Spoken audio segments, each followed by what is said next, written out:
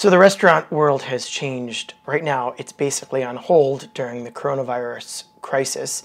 But before this all happened, there was a trend that I really enjoyed that I hope continues once things get back to some sort of normal. And that was the opening of hip restaurants that were focused on a cuisine that Americans might not have been so familiar with.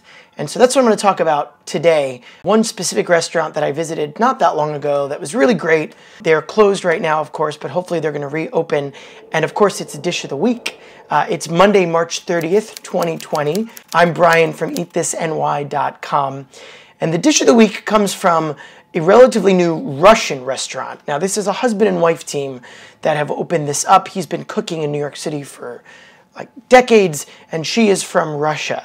They opened up a little restaurant called Tzarevna, which translates to daughter of a tzar.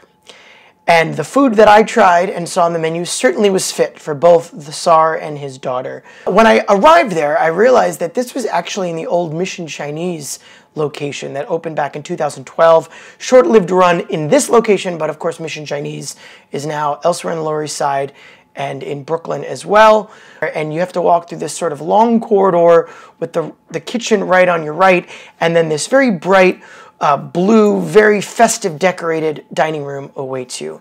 The menu is really exciting. It takes some Russian dishes, things that you might recognize like stroganoff and borscht, and incorporates all sorts of different ingredients. One of the main parts of the menu is the khachapuri, which are cheese breads, very gut bomby. I've tried them at Georgian restaurants. They're great. I was tempted by them here, but I was by myself.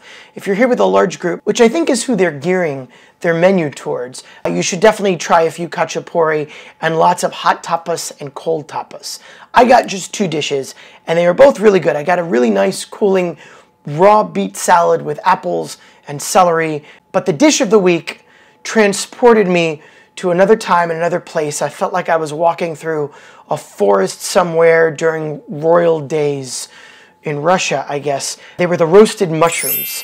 They took my favorite type of mushroom, the meaty, woodsy maitake mushrooms, really beautifully roasted, nice and salty, and they served it with some surprising ingredients, including stracciatella, which is an Italian stretchy mozzarella. Was not expecting that on a Russian menu. And along with that, they served a nice red pepper puree and some cipollini onions that added a really nice brightness. It was woodsy, it was slightly smoky, earthy, and definitely hearty with lots of surprising ingredients. Even though I've had Russian cuisine before, I haven't quite had it on this scale, and I think it was a really cool restaurant that could reach a new audience when it comes to this cuisine. This dish was $14 on a really exciting menu at a new restaurant that I'm really hoping comes back strong when we all come back strong. Until then, subscribe, like this, eat some really good stuff at home. There's some still restaurants delivering. So until next week, happy eating.